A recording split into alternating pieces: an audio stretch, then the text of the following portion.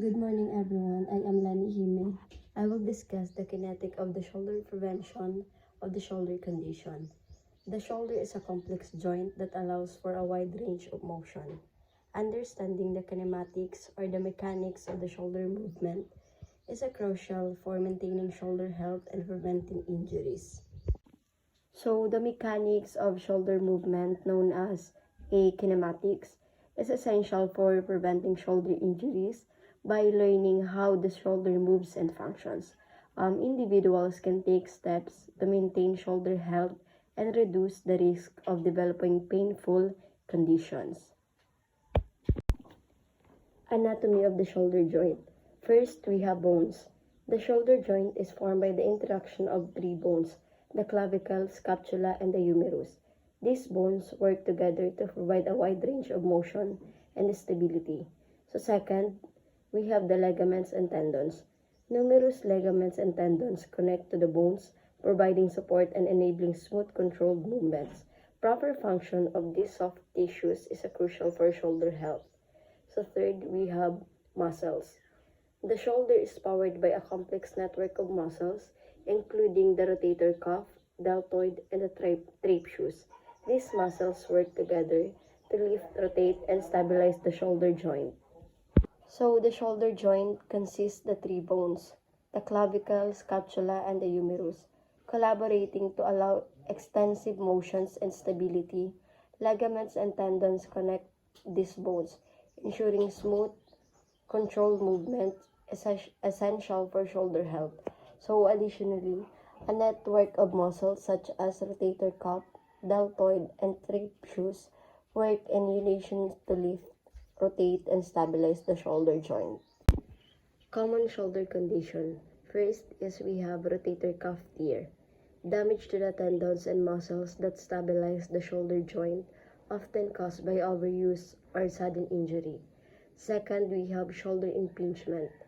Compression of the tendons or bursa between the acromion and humerus, leading to the pain and decreased mobility. Third, we have shoulder dislocation. Complete separations of the humerus from glenoid cavity, often resulting from a traumatic event. So, lastly, we have frozen shoulder, a condition characterized by stiffness, pain, and restricted range of motion in the shoulder joint. So, yung rotator cuff tear occurs when the tendons and muscles that stabilize the shoulder joint tear, usually due to overuse or sudden injury. It leads to weakness and pain in the shoulder. So, yung shoulder impingement, when tendons or bursa become compressed between the acromion and humerus, it causes pain and limited mobility. This compression is known as impingement. So, shoulder dislocation. So, this happens when the humerus completely separates from the glenoid cavity, typically due to the traumatic event like a fall or collision. It causes severe pain and instability in the shoulder. So yung frozen shoulder naman, we all known as adhesive. This condition involves stiffness, pain, and restricted range of motion in the shoulder joint. It is usually developed gradually over time and can be quite debilitating. Risk factors for shoulder injuries. First is overuse. Repetitive motions and high-intensity activities can lead to strain and inflammation in the shoulder. Second, imbalanced strength. Muscle imbalance can cause instability and increase the risk of injury, especially in rotator cuff. Third is poor posture. Slouching or hunching can put excessive strain on the shoulder joints and surrounding muscles. Fourth is lack of flexibility. Tight muscles and limited range of motion can compromise shoulder stability and increase injury risk. So, overuse, engaging in repetitive motions or high-intensity activities can strain the shoulder, leading to inflammations, and overuse injuries such as tendonitis or rotator cuff tears. So, poor posture. Maintaining a slouch or hunch posture can place excessive strain on the shoulder joints and surrounding muscles, leading to discomfort and potential injury over time.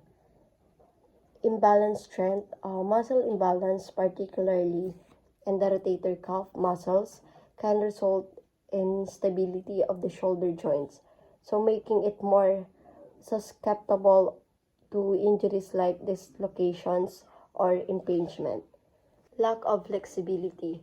So, tight muscles and limited range of motions can compromise shoulder stability and increase the risk of injuries. Adequate flexibility helps maintain proper shoulder functions and reduce the likelihood of strain tears. Preventive strategies for shoulder health. So first is warm up. Begin each workout with dynamic stretches and light movements to prepare the shoulder for activity. Second is strength training. Incorporate exercise that target the rotator cuff and other key shoulder muscles to build stability. Third is mobility work. Perform regular stretching and mobility drills to maintain range of motion and flexibility. Exercise for shoulder stability and mobility. First, we have shoulder circles. Rotate the shoulders in both forward and backward direction to improve mobility. Second, we have seated shoulder taps. Reach across the body to tap the opposite shoulder, engaging the rotator cuff muscle. Third is wall slides. Slide the arms up and down a wall to strengthen the shoulder stabilizer. Lastly, we had banded pull-aparts. Use a resistance band to work the posterior shoulder muscles and improve posture. Shoulder circles. So this exercise involves rotating your shoulder in both forward and backward directions. Shoulder circles help improve mobility by loosening up the muscles and joints surrounding the shoulder area. So seated shoulder taps. While seated, reach across your body to tap the opposite shoulder.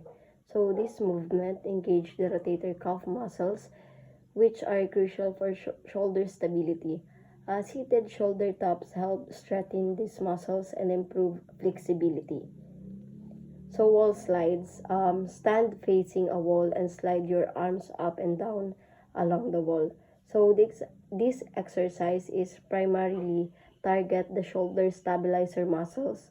By performing wall slides, you can strengthen these muscles, which play a vital role in maintaining proper shoulder alignment and stability. So banded pull-aparts. So using a resistance band, hold it with both hands in front of you and pull the band apart, keeping your arms straight. So this exercise targets the posterior shoulder muscles, including the rhomboids and near deltoids. Banded pull-aparts help improve posture by strengthening these muscles and promoting proper shoulder banded positioning. So overall, this exercise into your routine can help enhance shoulder stability and mobility to reduce the risk of injury and improve overall upper body strength and functions. It's essential to perform each exercise with proper form and technique to maximize their benefits and avoid strength or injury. Proper techniques and form for shoulder exercise. First is shoulder positioning. Keep the shoulder back and down, avoiding shrugging or hunching. Second, elbow placement. Maintain a slight bend in the elbows and keep them close to the body. Third is spinal alignment. Maintain a neutral spine position, avoiding excessive arching or rounding. Last is range of motion. Move through the full range of motion, but avoid forcing the joint beyond its limits. So shoulder positioning. It is important to keep the shoulders pulled back and down during shoulder exercise. This position helps to stabilize the shoulder joints and prevents unnecessary strain. Avoid shrugging or hunching the shoulders forward, as this can lead poor posture and potential injury. Elbow placement: maintain a slight bend in the elbows throughout the exercise and keep them close to the body. So these positions ensures that the muscles surrounding the shoulder joints are properly engaged and reduce the risk of overextension or strain on the elbows. Spinal alignment. It's crucial to maintain a neutral spine position during shoulder exercise. So avoid excessive arching or rounding of the back, as this can pull undue stress on the spine and surrounding muscles. Keeping the spine aligned helps to distribute the workload evenly that promotes proper form throughout the movement. Range of motions. So move through the full range of motions for each exercise, but be mindful not to force the joints beyond its natural limits. Pushing too hard can result in injury or discomfort. Instead, focus on controlled movements and gradually increase the range of motions over time as flexibility improves. So listen to your body and stop if you experience any pain or discomfort. So by allowing these guidelines for proper techniques and forms, you can maximize the effectiveness of your shoulder exercise while minimizing the risk of injury. So remember to always warm up before starting your workout and to consult with a fitness professional if you're unsure about how to perform any exercise correctly. So that's all po. Thank you.